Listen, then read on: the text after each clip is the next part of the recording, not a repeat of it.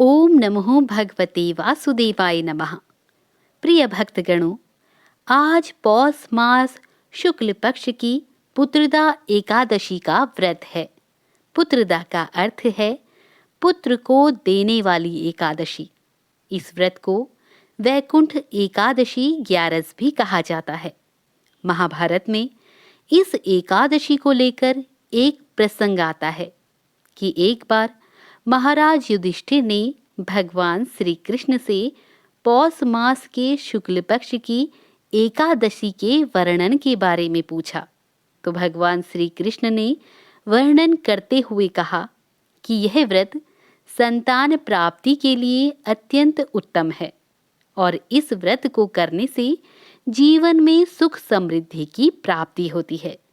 जो लोग अपनी संतान के लिए इस व्रत को करते हैं, उनकी संतान की उन्नति होती है, जीवन में तरक्की होती है, आयु लंबी होती है और स्वस्थ जीवन की प्राप्ति होती है। उनकी संतान माता पिता की सेवा करने वाली, समाज में यश और कीर्ति बढ़ाने वाली होती है। और जिन भक्तों के पास संतान नहीं है, वह संतान की कामना हेतु इस व्रत को यदि करते हैं तो यह व्रत उनके लिए वरदान के समान है। तो अगर आप इस एकादशी का व्रत करते हैं तो अत्यंत उत्तम है, किंतु अगर आप व्रत नहीं कर पाते हैं तो भी आप विधि विधान से इस दिन भगवान विष्णु की पूजा अर्चना जरूर करें। तो भक्तों, आज आप सुनेंगे पौष मास के शुक्ल पक्ष की पुत्रदा एकादशी व्रत की कथा। आप सभी से निवेदन है कि भगवान विष्णु का ध्यान करते हुए कथा को अंत तक पूरा अवश्य सुने और पुण्य के भागी बने। तो प्रिय भक्तगणों, कथा आरंभ करने से पहले एक बार दिल से कमेंट बॉक्स में जय श्री हरि जरूर लिखें। तो एक समय महाराज युधिष्ठिर भगवान श्री कृष्ण से कहते हैं कि हे भगवान, आपने शुभ कारिणी सफला एकादशी का वर्णन मुझसे किया है। अब कृपा करके शुक्ल पक्ष की एकादशी का महात्म्य बतलाइए। उसका क्या नाम है, कौन सी विधि है तथा उसमें किस देवता का पूजन किया जाता है। तब भगवान श्री कृष्ण ने कहा कि हे राजन, पौष मास के शुक्ल पक्ष की जो एकादशी है, मैं उसे बतलाता हूँ। सुनो महाराज, संसार के हित की इच्छा से मैं इसका वर्णन करता हूँ। हे राजन, पूर्वोक्त विधि से ही यत्न पूर्वक इसका व्रत करना चाहिए। इसका नाम पुत्रदा है। यह सब पापों को हरने वाली उत्तम तिथि है। समस्त कामनाओं तथा सिद्धियों के दाता भगवान नारायण इस तिथि के अधिदेवता हैं।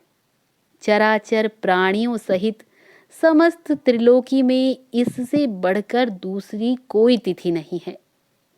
पूर्व काल की बात है। भद्रावतीपुरी में राजा सुकेतुमान राज्य करते थे। उनकी रानी का नाम चंपा था। राजा को बहुत समय तक कोई वंशधर पुत्र नहीं प्राप्त हुआ, इसलिए दोनों पति पत्नी सदा चिंता और शोक में डूबे रहते थे।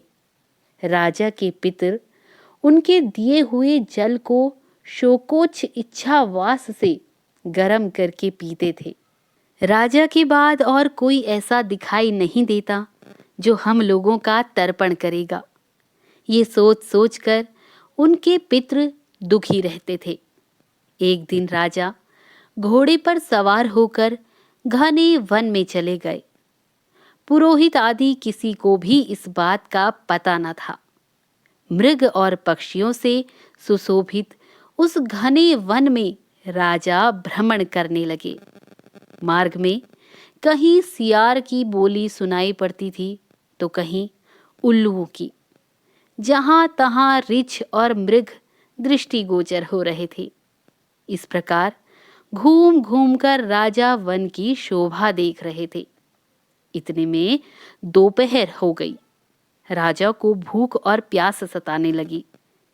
वे जल की खोज में इधर उधर दौड़ने लगे। किसी पुण्य के प्रभाव से उन्हें एक उत्तम सरोवर दिखाई दिया, जिसके समीप मुनियों के बहुत से आश्रम थे। शोभाशाली नरेश ने उस आश्रमों की ओर देखा। उस समय शुभ की सूचना देने वाले शकुन होने लगे। राजा का दाहिना नेत्र और दाहिना हाथ फड़फड़ाने लगा, जो उत्तम फल की सूचना दे रहा था। सरोवर के तट पर बहुत से मुनि वेद पाठ कर रहे थे। उन्हें देखकर राजा को बड़ा हर्ष हुआ और वे घोड़े से उतरकर मुनियों के सामने खड़े हो गए और अलग अलग उन सब की वंदना करने लगे। वे सभी मुनि उत्तम व्रत का पालन करने वाले थे। जब राजा ने हाथ जोड़कर बारंबार दंडवत प्रणाम किया, तब मुनि बोले, राजन, हम लोग तुम पर प्रसन्न हैं। तो राजा बोले, आप लोग कौन हैं? आपके नाम क्या हैं? तथा आप लोग किसके लिए यहाँ एकत्रित हुए हैं? यह सब सच सच मुझसे कहिए। तब मुनि बोले कि हे राजन, हम लोग विश्वेदेव हैं और यहाँ स्नान के लिए आए हैं। माघ निकट आया है और आज से 5वें दिन माघ का स्नान आरंभ हो जाएगा।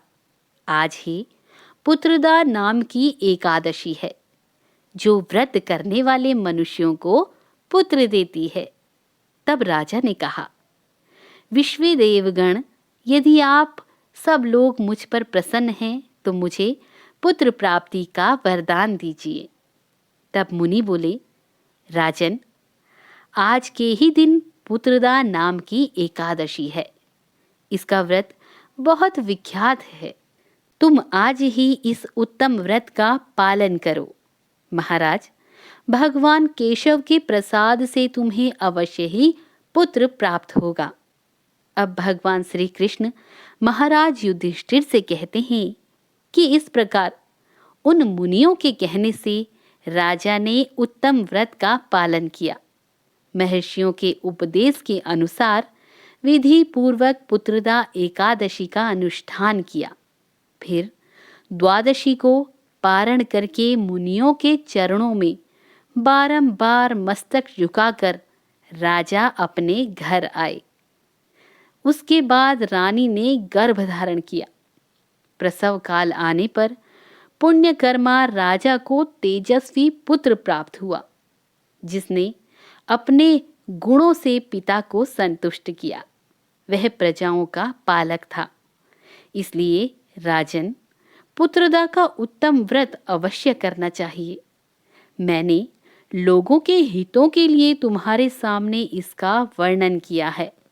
जो भी मनुष्य एकाग्र चित्त होकर पुत्रदा एकादशी का व्रत करते हैं, वे इस लोक में पुत्र पाकर मृत्यु के पश्चात स्वर्गगामी होते हैं।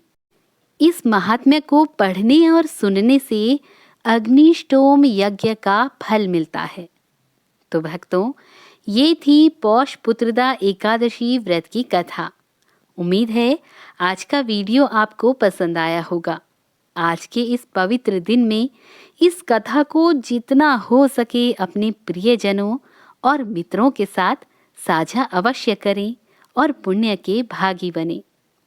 तो मिलते हैं अपनी नई वीडियो में। तब तक के लिए नमस्कार।